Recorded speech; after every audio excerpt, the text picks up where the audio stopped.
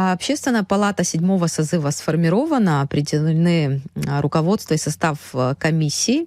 Гуля Кичпа переизбрана секретарем органа. Чем полезна Общественная палата? Слышат ли власти голос этого органа? И что изменится в работе обновленного состава? Об этом будем говорить в студии. У нас в гостях Гуля Михайловна Кичпа. Спасибо большое, что с нами здесь. Спасибо большое за приглашение. Ну, на самом деле, всем, наверное, известно, что Общественная палата — это один из главных институтов гражданского общества. Невозможно, наверное, строительство государства без тесной взаимосвязи гражданского общества и властью, и со всеми государственными структурами. Потому что мы все одно государство, мы все как бы взаимосвязаны. Вот без этой связи вообще невозможно никакое развитие. Конечно, Общественная палата, к сожалению, носит рекомендательный характер, но тем не менее в Общественной палате, вообще сам отбор в Общественную палату — это из лучших представителей нашего общества. Это те люди, которые когда-то некогда работали и в госструктурах, и в общественных организациях с определенным большим опытом. Да, есть еще и молодые люди, которые, кстати, хотят, наверное, себя увидеть полезным в обществе. И вот эта трибуна, площадка, где они могут это высказать, не всегда удается. Да, есть политические общественные организации, где они могут высказывать, но это как бы немножечко локальный. А вот когда это ты даешь им трибуну, общественная палата, и там все слои общества представлены, то, конечно, это и вес другой, и позиция другая, и общество воспринимает это более позитивно. То есть энергия молодых людей, которые Совершенно хотят верно. участвовать Совершенно верно. в строительстве государства и как-то влиять на решения властей. Совершенно Вот верно. нужно эту энергию использовать. Но, как вам кажется, в обществе до конца понимают роль этого органа? Потому что иногда слышишь... Да, хороший вопрос. Кстати, есть, конечно, и критические такие суждения, что для чего нужна палата. Только мы одни и те же вещи проговариваем, но никаких иногда решений не принимается. Но на самом деле, может быть, совсем не так.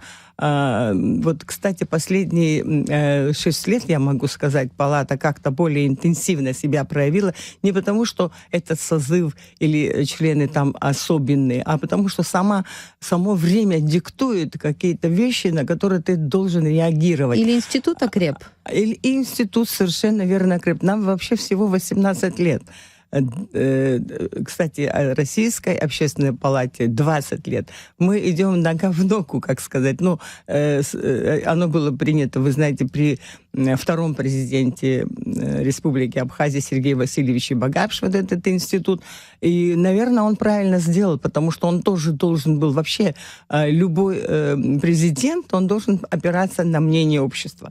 И так или иначе, вот последние, если вы заметили, активность Общественной палаты все-таки привлекает и госструктуры к их мнению. Вот посмотрите, наш последний гражданский форум показал это. Присутствовал президент, дал высокую оценку, дал поручение кабинету министров. То есть заработала вот эта связь, диалог между властью. Это очень радует. Не сказать, что совсем палата не выполняет свои функции, нельзя. Потому что мы за последние 2 года мы провели более 80 заседаний. Это вообще немыслимо. В Российской Федерации так часто заседания не проводятся. Там очень сфокусирована работа на комиссиях. Вот комиссии по районам, это районы. Ну, сравниваться с Россией нам нельзя, потому что это огромная территория.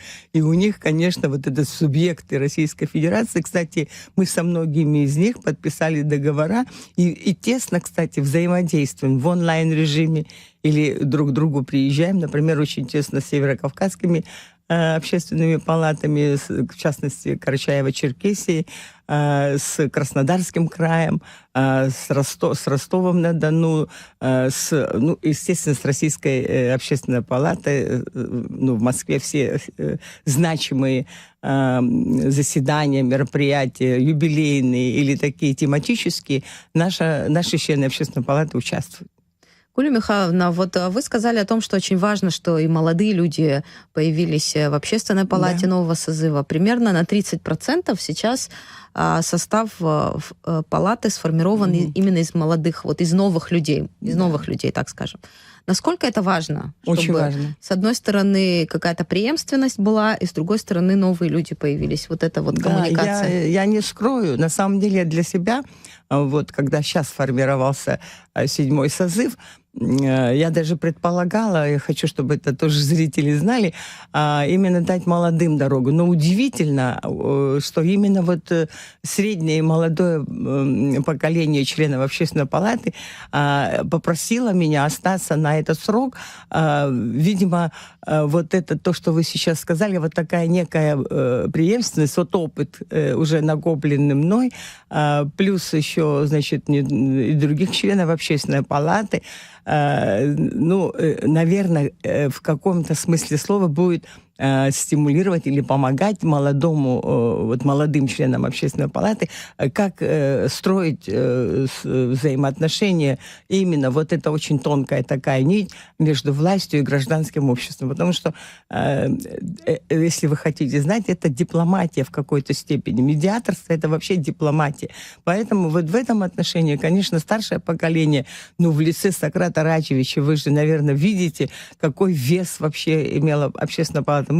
Мы абсолютно сейчас ну, все думаем, чтобы внести поправки в наш регламент, и очень хотим попросить Сократа Рачевича постоянным, почетным членом Общественной палаты. Нам всем это необходимо. Потому что такие есть ключевые фигуры, на которых ты опираешься. Но в этом смысле мне приятно, что какая-то часть молодых членов Общественной палаты тоже видит меня в этом качестве. Действительно, это очень важно, потому что опыт, который у вас есть, опыт, который есть у Сократа Рачевича, это очень важный опыт, который помогает разрешать сложные ситуации. Мы ведь видели на протяжении нескольких лет, какие сложные вопросы на площадке Общественной палаты поднимались и обсуждались, и удавалось какой-то градус напряжения снимать. И мы, кстати, с депутатами это тоже обсуждали, что если раньше такие вопросы обычно на площадке парламента проходили, то сейчас Общественная палата эту инициативу берет на себя. И, кстати, те, с которыми нам удалось на эту тему поговорить, они рады этому, что вот есть еще один орган, который пытается найти консенсус между разными силами в обществе. А вот то, что решения Общественной палаты, они не носят обязательный характер, это, на ваш взгляд, дает возможность все-таки влиять на власть? Как вы это делаете? Может быть, какие-то инструменты нужны? Да, функции, конечно, у нас не очень большие, но дело в том, что нам приятно, что в парламенте есть понимание. Например, Дмитрий Маршаня, депутат парламента Республики Абхазия, кстати, он поднимал этот вопрос, и по его инициативе были и поправки в закон об Общественной палате сделан. Но, знаете, вот он даже, по-моему, мы слышали, что он даже предлагал усилить наши функции. Возможно, он был прав, потому что это не значит, что мы подменяем парламент. Дублировать ни в коем случае, абсолютно нет.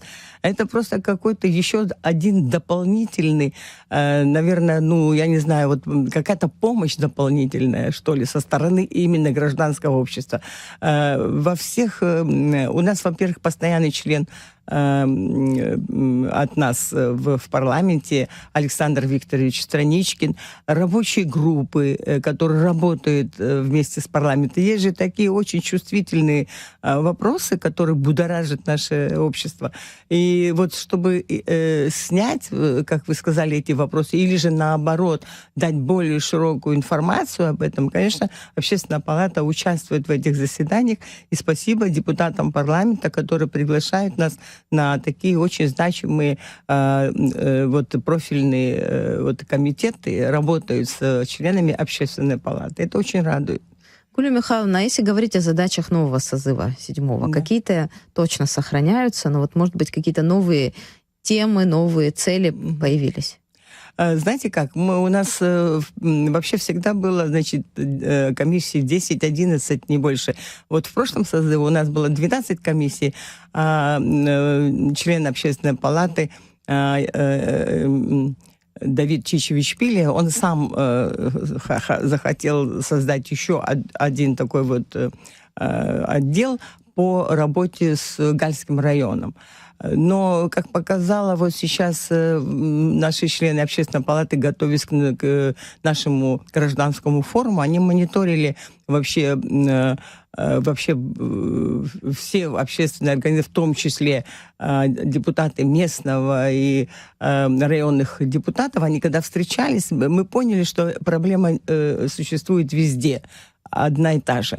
И поэтому мы не стали выделять, потому что у нас Гальский район — это тот же наш район Абхазии, который тоже сталкивается с такими же проблемами, как... Совершенно верно. Да, может быть, чуть-чуть больше, но мы не стали это не то, что там выделять или отдалять даже, а наоборот, чтобы мы все вместе, все вот эти районы были одинаково имели внимание со стороны государства, исполнительной власти в том числе. И вот в этом случае вот сейчас нас радуют те поручения, которые президент дал после нашего гражданского форума Кабинету министров. Возможно, они об этом тоже думали. Но я бы сейчас посмотрела, что села наши, да, еще больше внимания, несмотря на то, что это год села, и на самом деле еще больше акцент был сделан бюджету. Например, посмотрите, в Пицунде это радует нас, потому что у нас одинаковые какие-то вот такие... Векторы, может быть, видения. Совершенно верно, векторы видения, поэтому... А когда власть ведь тоже нуждается в некой такой поддержке, подсказке даже. И когда они видят, что их вот эти вот стремления поддерживают. Да, и поддерживает это со стороны нашего населения, они еще с еще большим таким вот, наверное, точно делают такие какие-то очень правильные, на мой взгляд, решения, которые это помогают развитию нашего государства. Ну, Пицунда и Афон — города, но тоже вы не только про села говорили в общественной палате, но и как таким административным единицам дать возможность некой самостоятельности. Да, но что касается вообще результатов вот этих рекомендаций, которые вы дали, какие еще, может быть, рекомендации, потому что в Кабмине внимательно следят за этими рекомендациями, пытаются что-то по поручению президента все-таки реализовать? Может быть, какие-то идеи сейчас в стадии разработки ваши? Мы надеемся, что нас пригласит и премьер-министр по этому поводу. Может быть, вы знаете, что член Общественной палаты, а сейчас вице-премьер, это Вараздат Минасян, министр сельского хозяйства, тоже экс-член Общественной палаты. У нас иногда я даже говорю, что палата все-таки в какой-то степени и кузница кадров, потому что там видят очень такой потенциал молодых людей, которые могут себя еще большим рвением проявить. Кстати, могу сказать, что форум вообще-то вытянули именно профильные комиссии. Это комиссия по экономическому развитию, это и правовой вот этот отдел, и по социальной политике. То есть вот они все, хотя по закону Общественной палаты, такие форумы, это как отчет, мы должны проводить ежегодно, но в 3 года раз это в обязательном порядке. Состояние гражданского общества в целом в государстве, это очень важно понимать, потому что без этой активности, без этого взаимодействия, без дополнения друг друга, наверное, очень трудно строить те или иные решения. Гулия Михайловна, вы сказали, что с парламентом у вас хорошая коммуникация уже налажена. Возможно, Общественная палата станет площадкой для общественных слушаний по важным законопроектам. Рассматривали ли вы такую идею? Наш закон и предполагает. Вообще такая практика должна существовать, это идеальная, такая, как гласит наш закон. Все вот эти акты подзаконные или другие поправки, всякие, парламент должен направлять в Общественную палату, и некая такая общественная экспертиза с приглашением специалистов, экспертов проходит это в Общественной палате. И мы вот, если вы помните, вот это такое злополучное, или можно это сказать по-русски, значит, закон об апартаментах. Тогда, когда мы это обсуждали в Общественной палате, 18 замечаний было сделано, 20 с лишним заседаний было посвящено внутри у нас, чтобы выработать, потому что от этого полностью мы не отказывались, но тем не менее, если его надо было бы принять, в каком виде его принять и какие нужно было принять перед этим меры, мы эти рекомендации направили. Но, к сожалению, абсолютно никакой реакции со стороны депутатов тогда мы не нашли. Возможно, кстати, если бы это было принято во внимание, вот такого сильного политического противостояния, кризиса могло не быть. Это однозначно так. Потому что есть вот эти вот чувствительные вопросы, мы должны вместе решать. И снимать это, снимать. Почему вот мы сейчас сделали этот гражданский форум?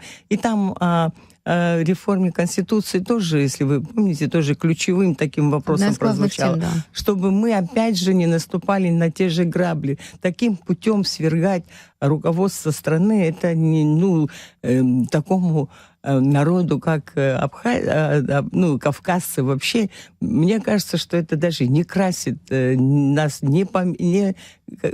наш менталитет, я не знаю, вообще... Во всех смыслах для государства, для стабильности, это для развития. низкий уровень политической культуры. Но, Гулия Михайловна, вопрос, о котором вы сейчас говорите, обычно остро обсуждается перед президентскими выборами. И немного после. Но потом это все сходит на нет. Сейчас мы видим, да, есть некоторые иногда обсуждения, но вот такого реального желания, что ли. Уже много лет мы говорим о том, что политическую систему надо менять, реформы в Конституцию и так далее, и так далее. Вообще всегда реформы, они очень чувствительные. Это не мною сказано. Лезвенно. Да. И поэтому, наверное, и власть боится как бы в том плане, чтобы еще раз не будоражить, что ли, народ, но не стоять и топтаться на одном месте. Ведь показало время, что эта система, она дает сбой. И надо пошагово, хотя в парламенте большинство депутатов против реформирования, скажем, вот это вот в законодательной части, да, наша палата предлагает это по партийным спискам. Но это надо обсуждать. Надо про это еще говорить. Вот, кстати, вы правильно сейчас задали вопрос. Все те вот рекомендации, которые мы послали, которые были приняты во внимание, которые еще никакой реакции по этому поводу нет, это не значит, что мы вот сделали резолюции и все. Нет, мы эти вопросы обязательно будем продолжать с новым составом уже Общественной палаты. И конечно же, будем... Там очень много вопросов, которые... это не догма, что Общественная палата предложила, и надо точно принять. Да, мы знаем, что, может быть, будут какие-то другие. Нас радует, что в Общественную палату сейчас такой опытный депутат, государственный деятель, общественный деятель Батал Иванович Топаго. Со стороны, кстати, ваш коллега Инал Лазба, он возглавляет комиссию по информационной политики и связи со средством массовой информации. То есть вот какие-то такие свежие силы, мы надеемся на это, на то, чтобы мы будем вырабатывать и до совершенства доводить некие свои рекомендации, свои вопросы. И у нас есть вопросы. Мы тоже хотим спросить у общества, правильно ли мы это делаем. То есть вот такая очень тесная связь, которая наработана уже в Общественной палате, она, безусловно, будет продолжаться и должна продолжаться. Иначе, собственно говоря, вот те, кто критикует Общественную палату, у них будет повод сказать, что они... То есть вот мне даже хочется, что вот даже те, которые сомневаются, мы все сомневаемся в ком-то, тоже привлекать к нашей беседе, к нашей дискуссии, к нашим таким ключевым заседаниям, если, конечно, у них есть желание. То есть голос народа вы тоже хотите слышать. С одной стороны, участники, да, члены Общественной палаты — это представители народа, да, представители организации. Но мы часто же видим то же самое и с депутатами происходит иногда, и те, кто выбирал депутатов, потом своих кандидатов и депутатов не видят. Но то же самое и с членами общественной палаты, возможно, происходит вот этот разрыв между обществом и членами, и депутатами происходит. Как услышать голос народа? Как это можно сделать? Ну, например, вот на самом деле я лично сожалею, что у нас вот сейчас вот в нашем 7-м созыве мало представлены именно с таких оппозиционных общественных организаций. Но совершенно это не означает, что у нас в самой палате у всех одинаковое мнение. Во-первых, все те... Ну, у нас вот по закону, кстати, вот депутаты приняли, чтобы от политических партий не входили в общественную палату, не были членами общественной палаты, но общественные организации оппозиционные, они должны свои пристрастия тоже, честно говоря, в палате не проявлять так активно. Не потому, что там у нас там цензура или что, нет. Просто у нас там чисто спокойный диалог и обсуждение. Ну, озвучивать какие-то конструктивные идеи. Да, это же совершенно место, верно. где... Да, конечно, когда у нас бывают такие какие-то ну, я не знаю, политические, там, я не знаю, противостояния, все, конечно, мы озвучиваем, делаем заявление, делаем обращение и так далее, все вместе. Но в тех вопросах, которые диктуют нам время, там, конечно, мы углубляемся вот в эту работу, и абсолютно у нас на равных, у нас, ну, во всяком случае, у нас все были там представлены... все силы, скажем так. Да. И мы недавно, вот мне понравилось, как сказал об этом, кто-то сказал, что вот туда не вошли оппозиционные, но вот Аслан Кубахи, вот мне нравится, он как-то так сделал такой посыл, что это не мешает абсолютно ни одному тому же политическому деятелю или общественному деятелю высказать свое мнение самостоятельно, потому что он в любом случае он будет услышан. Возможно, это даже еще ему и легче это высказывать, нежели, скажем, там в какой-то другой обстановке. Поэтому у нас, слава богу, есть свобода слова, и тем более нас, абхазцев, ничего не удержит, если он желает высказать свое мнение. Свободолюбие в крови. Гулия Михайловна, если правильно понимаю, представителей политических партий нет, да. По закону нельзя было. И нет вот напрямую таких представителей разных политических сил. Да. Но при этом есть люди с разными мнениями. Да. В том числе порой не согласными с решениями власти. То есть плюрализм мнений на площадке общественной палаты, да, он есть, существует. и он будет обеспечен. Обязательно, но без этого нет смысла. Собственно говоря, это и общественная палата поэтому и создавалась, чтобы там были озвучены, представлены все слои общества, и это было с момента образования. Вы помните, ее возглавляла известный политолог, общественный деятель, депутат Золотого созыва Нателла Нуриевна Акаба. Кстати, она меня первая поздравила.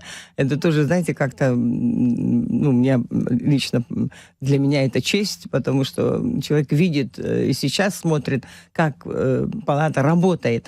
Поэтому все мнения, конечно, там у нас представлены, слава богу.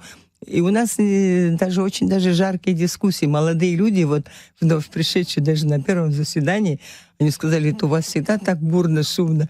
Но, напугали, в общем. Да. Ну, я не думаю, чтобы они его так сильно испугались, потому что это, наверное, в каждом коллективе, когда ты что-то вырабатываешь, какие-то спорные моменты.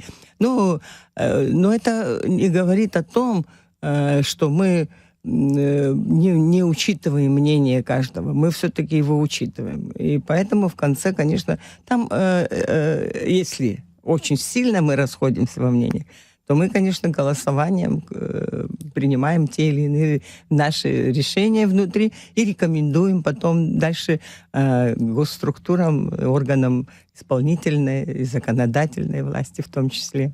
Гулия Михайловна, а вы переизбранные секретарем общественной палаты. Получается, у общественной палаты такое женское лицо. Как вы считаете, легче ли женщине вот в данной ситуации быть руководителем? Вот вы про жаркие дискуссии сказали. Возможно, да. Вот тут как раз и женщина нужна. Ну, знаете как? Ну, видимо, вот у меня все-таки был такой опыт, да, я все же возглавляла движение матерей. Там, правда, контингент в основном женский, это семьи, но там я работаю с семьями погибших в основном. И вот, наверное, это дало мне какой-то, может быть, поэтому меня и рекомендовали стать и секретарем общественной палаты. Но в то же время, я думаю, почему меня, так я предполагаю, все же женщина во все века, ну, во-первых, женщина-мать, ее всегда уважают, к ней прислушиваются, и с ее мнением считаются. И некий такой вот у меня есть карт-бланш, что ли, вот как женщина, чтобы вот в какой-то степени палату сделать такую более уравновешенной, что ли, в этом смысле. Наверное, так. Ну, уважение есть, я это очень ценю, и этим дорожу. И особая роль женщины всегда в абхазском обществе была. Поэтому и в данной ситуации ваша роль имеет большое значение. Как женщины, как руководителя, как мамы. Да, но я, особенно молодые люди, когда так с таким очень почтением и уважением ко мне относятся, конечно же, это меня радует, потому что лицо вообще государства — это его отношение к женщине, к детям, к взрослому поколению. К природе, к животным. Да? Это определяет уровень культуры. Гулия Михайловна, большое вам спасибо и удачи вам в работе нового спасибо созыва. Большое. Спасибо. Так быстро время закончилось. Да. Удачи нам всем, мира и благополучия. Спасибо. А нашим слушателям напомню, у нас в гостях была Гуля Кичба, секретарь Общественной палаты. Мы говорили о работе нового созыва Общественной палаты.